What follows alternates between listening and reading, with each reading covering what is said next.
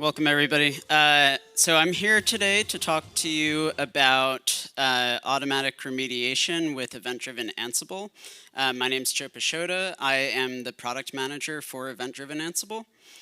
As you know, we announced the general availability of event-driven Ansible earlier today in the main keynote.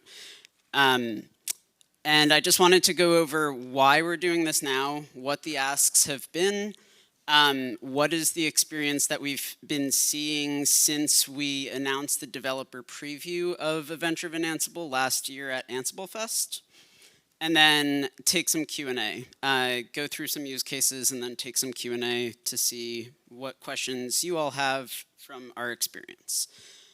Okay, so what is event-driven Ansible? Really, it's the connecting of intelligence to actionability through some type of routing logic, decisioning logic. And what we're trying to do with event-driven Ansible is automate that decision-making that a system administrator often goes through in the operations flow. As you probably heard Richard Henshaw talking about earlier in the Ansible keynote, ops as code is what we're going with here, and it's really codifying that operational logic. What you're able to do with event-driven Ansible, where you couldn't, say, possibly just connect a intelligence source to, say, via webhooks to Ansible controller, is that decision-making process, is taking decision points from one or many event sources, and then deciding based on some type of human logic what action to take. So the goal of this is really to achieve better efficiency, better delivery, and cost saving. So really there's 3 steps to the flow, to the circle. It's receiving an event, deciding, and then responding. We're working across multiple vendors, multiple event sources, like I mentioned, all to accomplish outage remediation, better uptime, better notification of what's going on in the environment, and make it so that your system administrators don't need to be necessarily woken up at 2 a.m. to fix some menial task.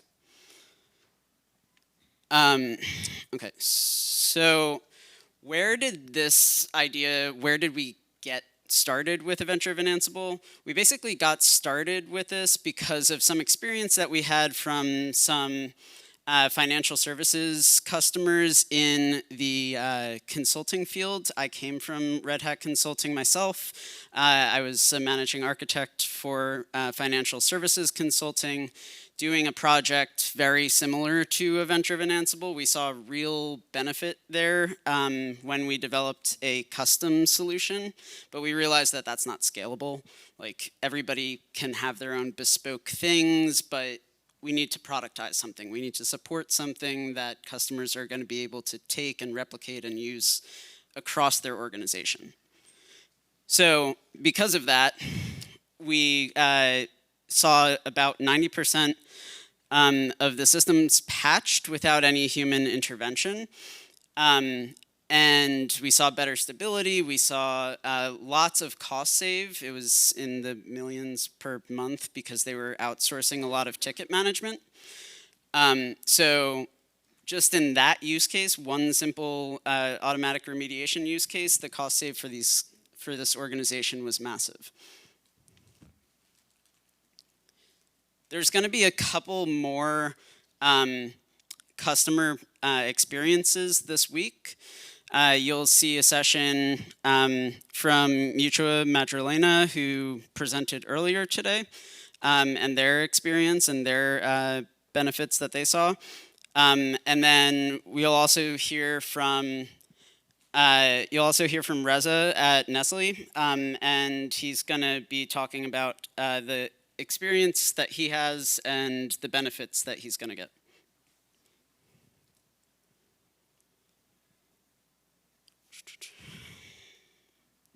And now I'm going to be joined by Colin. And he's going to help talk about some of the use cases. Yeah, awesome. Thanks, Joe. And I hope you get a chance to check out some of those other sessions. It's really nice to see this stuff, as it's being deployed and what use cases that we're sort of addressing here. Now, oh, okay. Yeah. So this is just an example of like the traditional operations flow. So basically, let's say a manual task. Somebody's going into the ticket management system, observing they got a notification, they got woken up at night. They're trying to figure out what's going on. They then would have to go into the system, see what's going on, see what needs to be remediated, and then respond to that. Normally by kicking off some Ansible playbook or updating the ticket and giving it to the next person in the queue. With event-driven Ansible, we kind of streamline that with the event intake, the decision-making process, and then the automation. The decision-making process, that evaluation step, is really what we're adding in event-driven Ansible. It's that rules capability where you can map events to some type of actionability. And these are usually pretty like high-level actionable events, right? This isn't... Yeah, exactly. We're not looking to be an event aggregator for all events for a system. We're not looking to drink the fire hose there. Really what we're trying to do is take intelligent, actionable events, correlate them if they're coming from multiple different sources, and then take action on those. Yeah, so where event-driven Ansible isn't that event aggregator, but it's working alongside of those event aggregators. Exactly. It enables this larger story, but it's not the whole story itself. Absolutely. So, and then like those events on the event aggregator, event-driven Ansible gets all of that payload, right? Yeah, you get all of that context, and you're able to respond in a real, like, context-aware way in the playbooks. Nice. Yeah. Kong? Yeah. So I'm going to bring Kong Eng up to the stage to talk about his experience so far in utilizing event-driven Ansible. So in our use case, we connected to a ServiceNow queue, right? So the L1 team has responsibility for looking at all the simple, agent down messages that come in. If they can't resolve it, then it goes to the L2 team, which is a more complex problem. So in our particular use case, we use event-driven automation to look at the L1 queues and look for a particular agent down, whether it's Prometheus, Splunk, whatever agent. And then once it sees that, it'll kick off in the rulebook an Ansible playbook to run and to restart the agent, right? And then once that's done, then it'll set the ServiceNow ticket to resolve, right? We don't want to close it because we do want that to be measurable and look at what action that was taken, right? So that's the use case we looked at, which was very useful. Thanks, Kong. Thank you.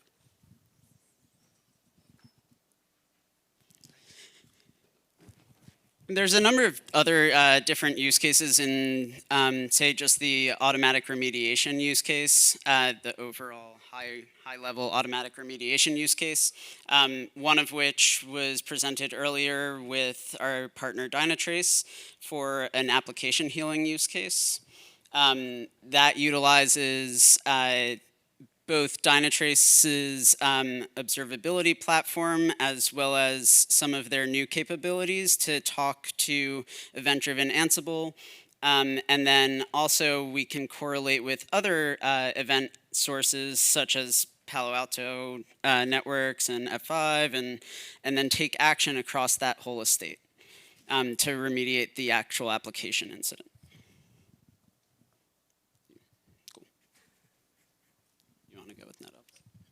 Yeah, sure. I can talk through this. There's actually a good bit of lab and hands-on material around NetOps as well. So kind of before we get into this, we can start to plug that. So if you're interested in this, come by our booth. Specifically, look for the other South African half of me, which is Nuno, who is doing a lot of the NetOps stuff, right?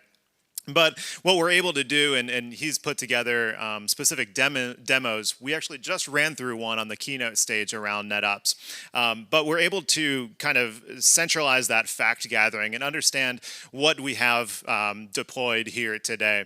Now, through ways of kind of pulling out data from our network configuration, we're able to then decide and figure out exactly what immediated approach that we want to try from there, right? So this could be your network gear is observed by like GNMIC and Telegraph, and then we're able to take and act on the conditions for anything changing within our infrastructure, within our environment, right? Yeah, and that would send it through a bus similar to like Kafka, and then. Yeah. Okay, cool. Yeah, and so that's a function of Telegraph itself. Is we can take everything we can subscribe to these paths on our network equipment, and as one of these paths change or reports some new value here, maybe an interface going down, or maybe some BGP configuration is now changed, we can respond to that. So these messages or these events are collected by Telegraph through GNMI and pushed over to something like Kafka, which is aggregating all of these events. And again, of course, we have all of that payload coming from Telegraph and GNMI. We understand exactly which paths have changed or contain new configuration or information, and we can act on that specifically. So we can use this for something like drift remediation, right? That's a potential use case here. Yeah, and if actual automatic remediation is too much of a step forward to trust that the remediation is going to be accurate, we can also do things like ticket enrichment, where it's giving more information to the network administrator who's looking to do those remediation tasks, rather than actually performing the automatic remediation itself. Yeah, for sure. I mean, that's a really great point, and this is probably something that you've thought about for a long time, right? As you're kind of bringing this to market, right? Event-driven Ansible isn't something that is on the run side of the automation adoption journey, right? Yeah, no, it's really just on the response side. The response itself can be whatever you choose it to be. It can be as much as you trust it to do. Yeah, so like if we're kind of talking about the maturity of automation adoption, right? Event-driven Ansible isn't something that's like an advanced topic, right? It's something that we can start to grow with. Instead of running automatic remediations, maybe we're more concerned about reporting every time that drift in configuration occurs, and then we can open up our ServiceNow incident, or a node goes down, and we're going to use that event to go out and collect additional troubleshooting data. So this is like a Red Hat Enterprise Linux box. Let's collect an SOS report, and we'll use that as an attachment on our ServiceNow incident. Something like that is a very popular use case and doesn't require you to say, let's go wholesale on automatic remediation right out of the gate. So this is something that you can grow with as you're adopting Ansible, and not something that you need to wait to say, well, Ansible is set now. Automation controller is set. Let me move into EDA or event-driven Ansible. That's not the case here. Yeah, and really the tasks that you take, it really depends on your trust in the pattern that you're matching to. So if you're matching to something that you've seen thousands of times, you know it's going to be the same exact response no matter what, then that may be something you're more comfortable with actually automating. That's typically the path that we go down when we're working with customers. This is a much larger use case for event-driven Ansible with NetOps. It goes more into CI/CD as well, and GitOps workflows to do network configuration drift remediation. Really, the point of showing this slide is to show how far we can go with event-driven Ansible, rather than to scare you about, like, you need to do all of this. Yeah, and I kind of like this one because it starts talking about multiple sources, right? So it's not just Yeah. that something has changed on that switch that Telegraph is reporting, but it's also, we can correlate that with some configuration change within source control. Exactly. Yeah, exactly.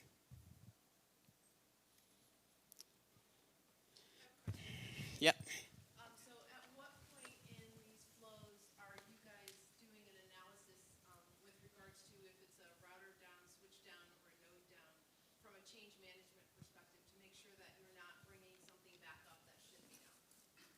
Like what component in that flow is managing that piece? So you're talking about like whether or not that node's supposed to be down. Right. Yeah, so I mean, that's really dependent on the configuration that you're looking at, like the source of truth. So if you're looking at just an event that comes in without any other context, then that's probably not the best case for actually automating the action. You're going to want some more context before you make that decision. Yeah, so I'm thinking of like how to provide additional context. And this could be, going back to like ServiceNow, this could be using the inventory provider from the ServiceNow ITSM collection, right? So we could first, before, we actually execute some remediation, we could say, go use that inventory provider within Automation Controller, right? Pull back all of my hosts and leave out the hosts that are in an active change window, right? So there should be a variable or something, or a status that tracks that within the CMDB. So for each CI that is going to be impacted by an upcoming or impending change window or maintenance request, or it should already be down, leave that out of our automated remediated response, right? So it might not be in the event itself, but we can use that event as the trigger to go out and learn more about that host to figure out the correct route and the correct change to make. Yeah. Also, remember the point of we're not just responding to any events that come in. That like our goal is not to be an event aggregator and respond to any minor events. It's supposed to be acting on intelligent, like actionable events. So with context. So in the case of what Colin was talking about, that's adding context, but we're still looking at other root cause analysis tools to integrate with, and that's the better use of event-driven Ansible. Oop. Yeah. How do you see this event-driven automation working with AI ops tools, or how much of that there is overlap between these two? Yeah, sure. So, I mean, everybody has a little bit of a different interpretation of AI ops. What we wanted to call out with event-driven Ansible is that we're not really performing any of the root cause analysis. We're not performing any of the ML that goes into root cause analysis. We're really being that response tool, that decision and response tool. That if this then that, but in the case of AI ops, we're working with tools like Instana as sources of information. So we're enabling the AI ops story, but we're not trying to necessarily attach ourselves to that word because of the overloaded nature of AI ops. Yeah.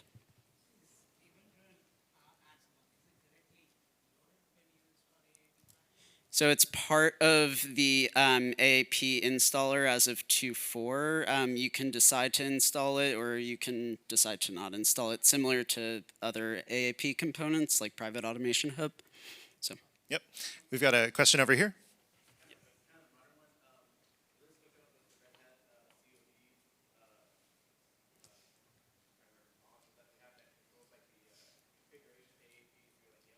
Oh, yeah.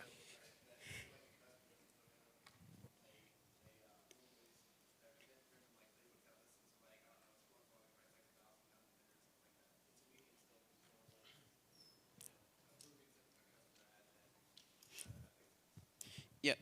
So in terms of connecting to your existing COP content, that is all how you configure the content in the decision environment. So you can pull in, and I'll go into decision environment in a second because I just said that word without any context. But you pull in the Ansible collection into the decision environment, which can come from your COP.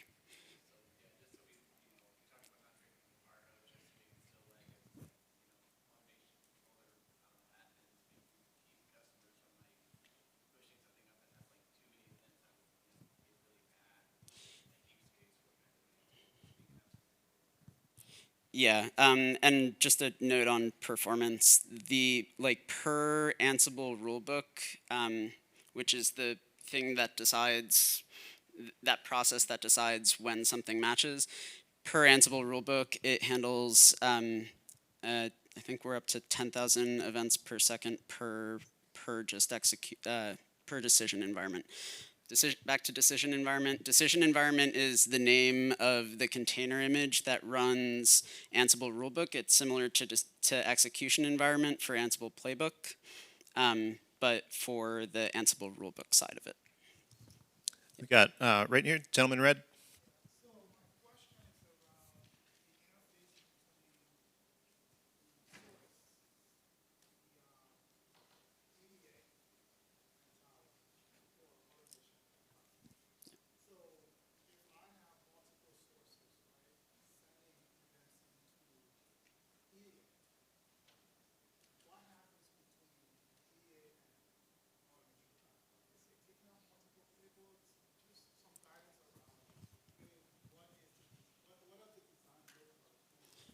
Yeah, for sure.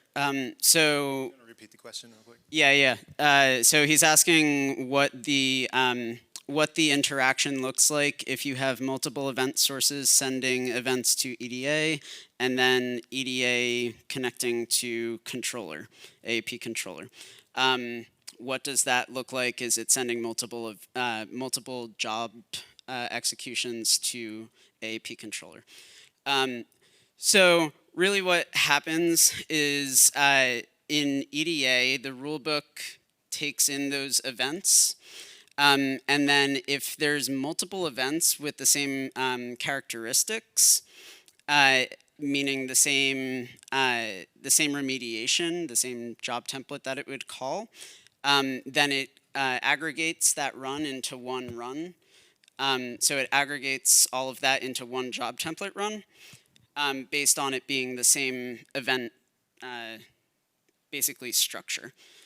The other thing is that most events that come in won't necessarily cause a job template execution. So it's not that everything that comes in results in a new job template execution. But there is throttling capability as well. So you can have a max number of job template runs per, I think it's per minute right now, but you can configure that. Yep.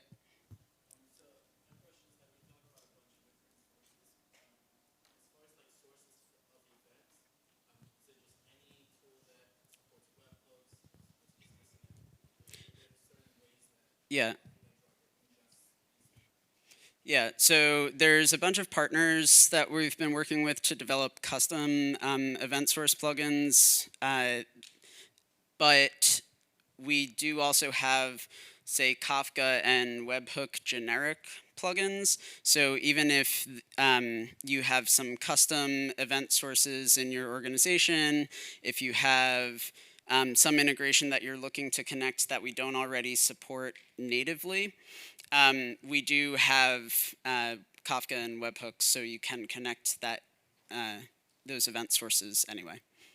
Yeah, and even just as like sort of lame marketing guy, I've put together some event sources myself. So this could be, just Python scripts that are leveraging a REST API, right? So that's kind of what we did for like ServiceNow. We can use the REST API from ServiceNow to pull and pull records off of a specific table. Kind of as more of a nerd guy at home, I also have a Minecraft server that I run for my kids, and a lot of these events from Minecraft are pushed over to MQTT. And so I also have a Python plugin that runs the MQTT client library and pulls messages off of that and runs through that way. Obviously, I don't think we're probably going to support Minecraft anytime soon. I don't think so, but there's another cool use case that the chief architects for Ansible put together, which was to automate the process of smoking meat. Like he increases the temperature once an event comes in that the temperature has reached a certain amount. And he's also the type of guy that you would know smokes his own brisket too. He's got that long beard. Yeah. So yeah, you could probably pick him out of a crowd. And so I only say that because creating these source plugins is not like this mystery, right? It's not some black box. It's just like writing like Python modules for Ansible, right? Yeah. But we're looking at things a little bit differently. We're using like the published APIs that are already there. I have another one that pulls next DNS events out and reacts to those, right? So things that already have an API, it's typically, not super hard to pull information out of that using Python. And for anything else, we have those generic source plugins like Webhook and like Kafka and Azure Service Bus and things like that. And all the event source plugins run in async IO. That's kind of like the one criteria, so that they don't hold up any processes. Yeah.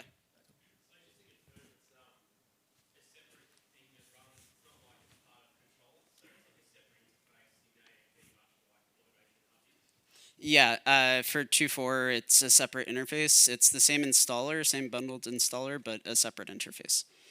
And it can run in VMs and like OCP and Kates.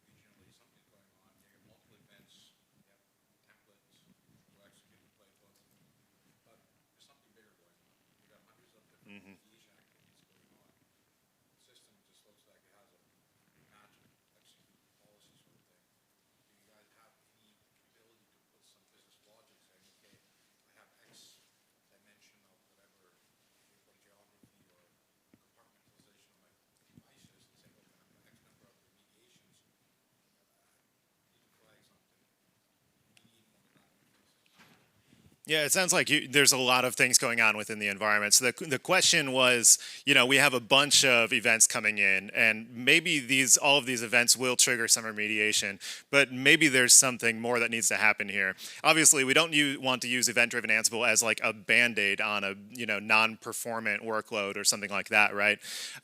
So I would say, there's two ways to answer that. I would say one would be from like an observability perspective. Like if something is happening over and over and over again, and it's doing that enough so that it deviates enough from the baseline that we can say, well, there's something there, something that's happening, and we can get that full sort of application stack trace look of what's happening to influence that problem.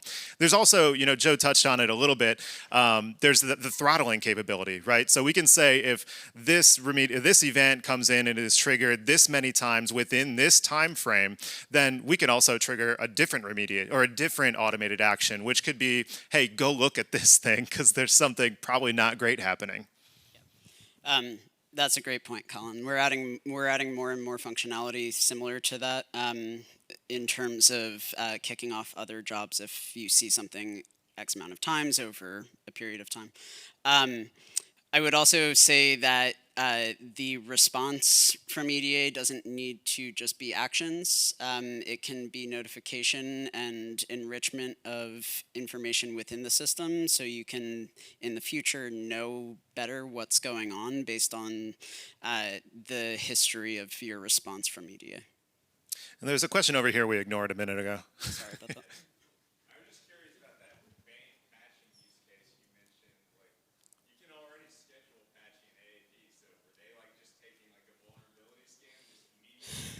So patching is, in this case, a bit of a broad term. It was patching issues, not patching systems. Yeah, maybe the wrong term there, but it wasn't just like rel patching. Yeah, no, it was fixing agents on the systems. Some agents were going down and creating tickets, and then it creates like thousands of tickets because it's the same issue across all the hosts. And when you're paying per ticket, that's a lot of money. So, yeah. Yeah. Is there a way to rank the remediation or to the rule logic? So if this happens, it's more important than say something else. It, it's ordered. So whatever comes in first, like if it matches the condition first, it's basically a match statement. Yeah. Is there a hierarchy that plays in with that as well? Not just a order as far as what comes in. Let's say a service is down, Do you mean like quality of service? a system down order comes. So you're not trying to say restart HTTPD versus the system's down, right? So that type of hierarchy. So the only hierarchy currently is whatever matches first.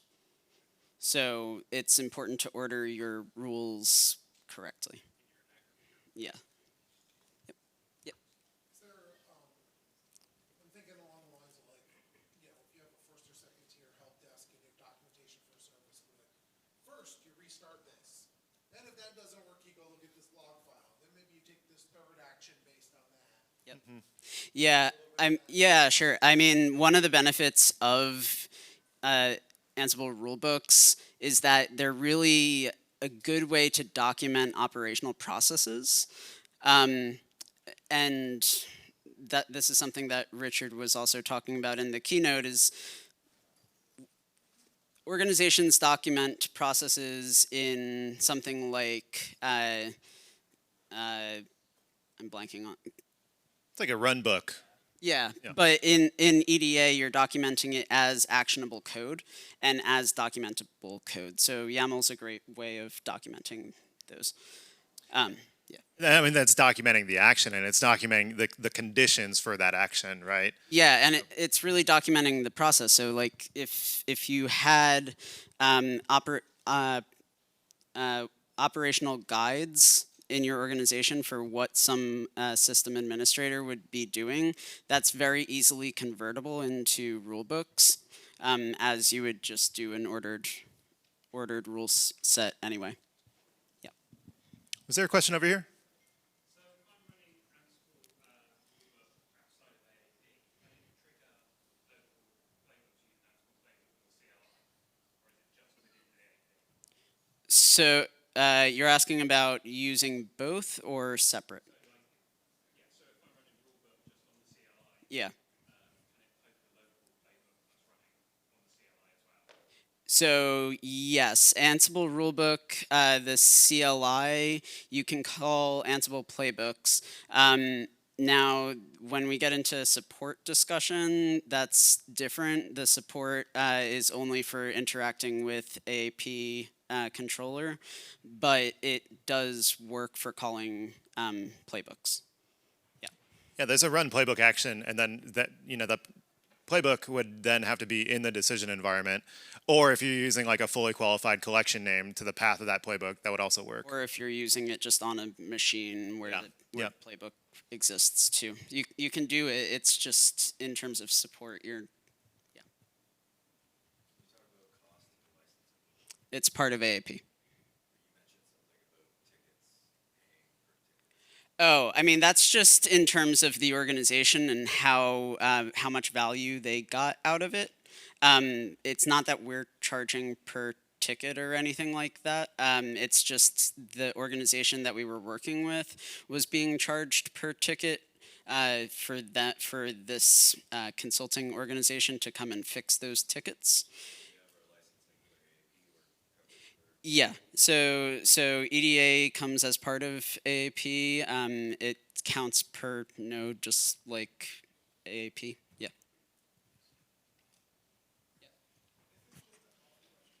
Yeah.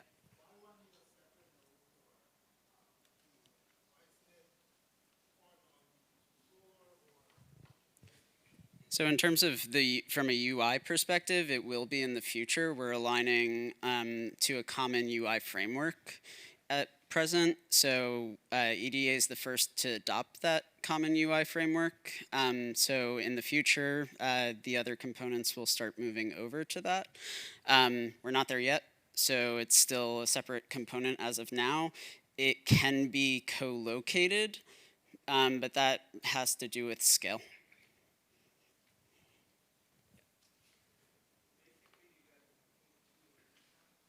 Sorry? Yeah, so basically you build your collection, and then using that collection, you build two separate images. There's the decision environment and then the execution environment. But it's still from the same content tree. It's still from the same collection.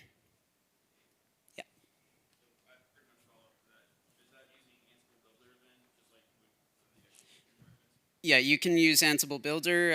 You can use other image building tools if you want to. So yeah.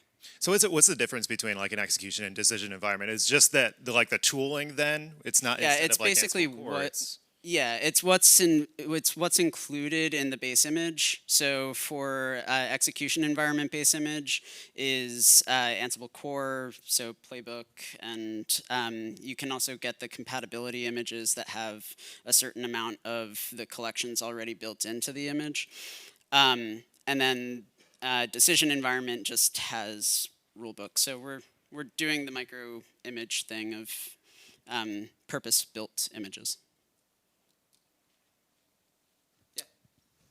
Talking about event correlation, you mentioned that on one hand, each event will be validated against a rule until the first rule matches. On the other hand, you're saying that if there are similar events coming in, you can filter out and group them. So it does each event gets evaluated against the rule, or do you wait for a period of time to evaluate event and then do the deduplication then? Yep, great question.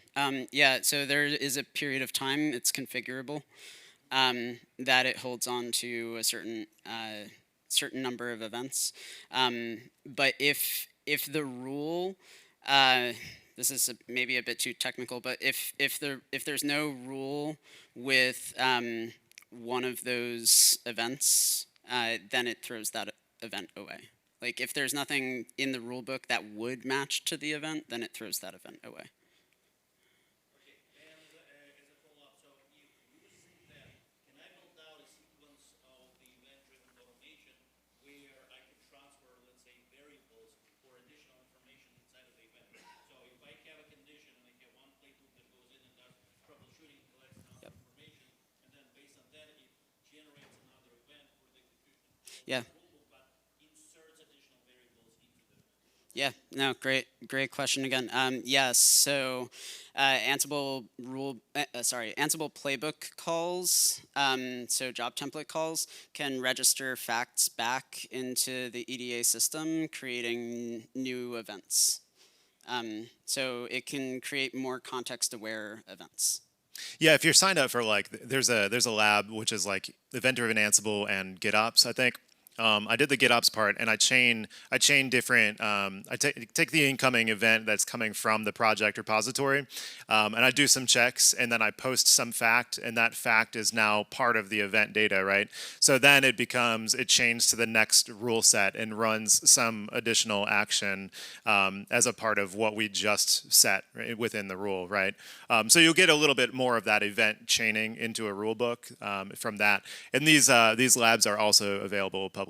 So if you didn't get registered, you can. And those features are especially relevant for, say, like ticket enrichment use cases, where you want to take something back from a playbook and add it to a next step in the rule chain.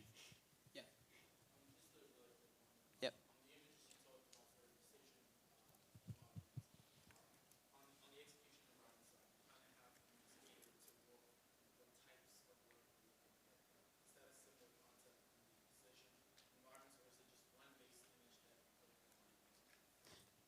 So let me just make sure I heard your question correctly. You are asking if we have a different base, like multiple different base images to build from, depending on like which version of Python or which.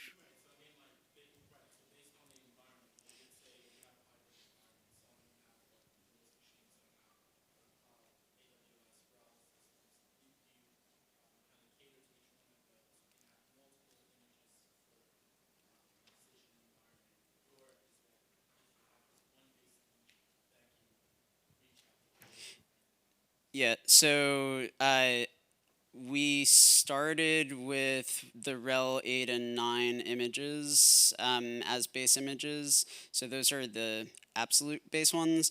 I believe we've added support for Z-based images. I don't think we have Windows at this moment.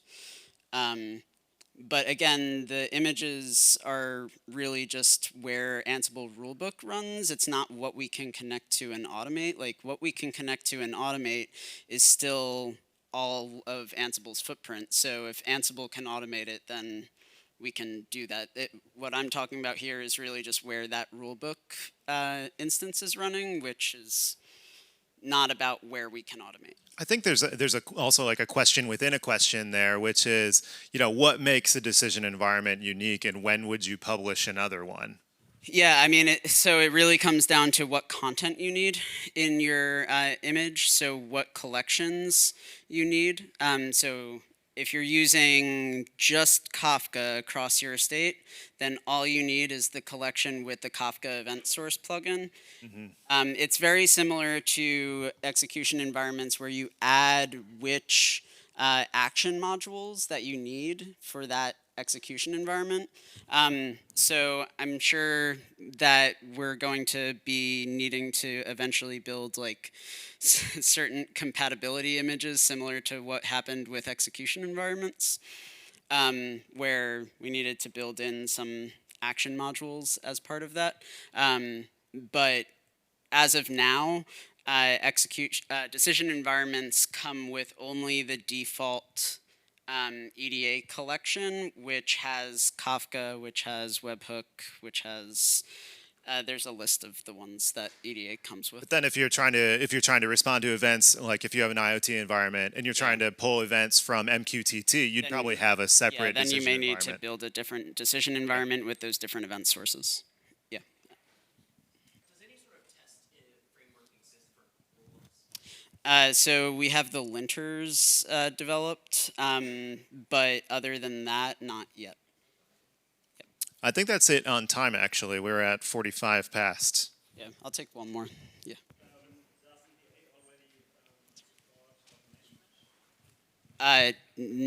Well, EDA itself doesn't, but it calls to controller, which executes the jobs in Automation Mesh. No, not yet. Yeah. All right, thank you all. Thank you. Sorry. Thank you, everybody.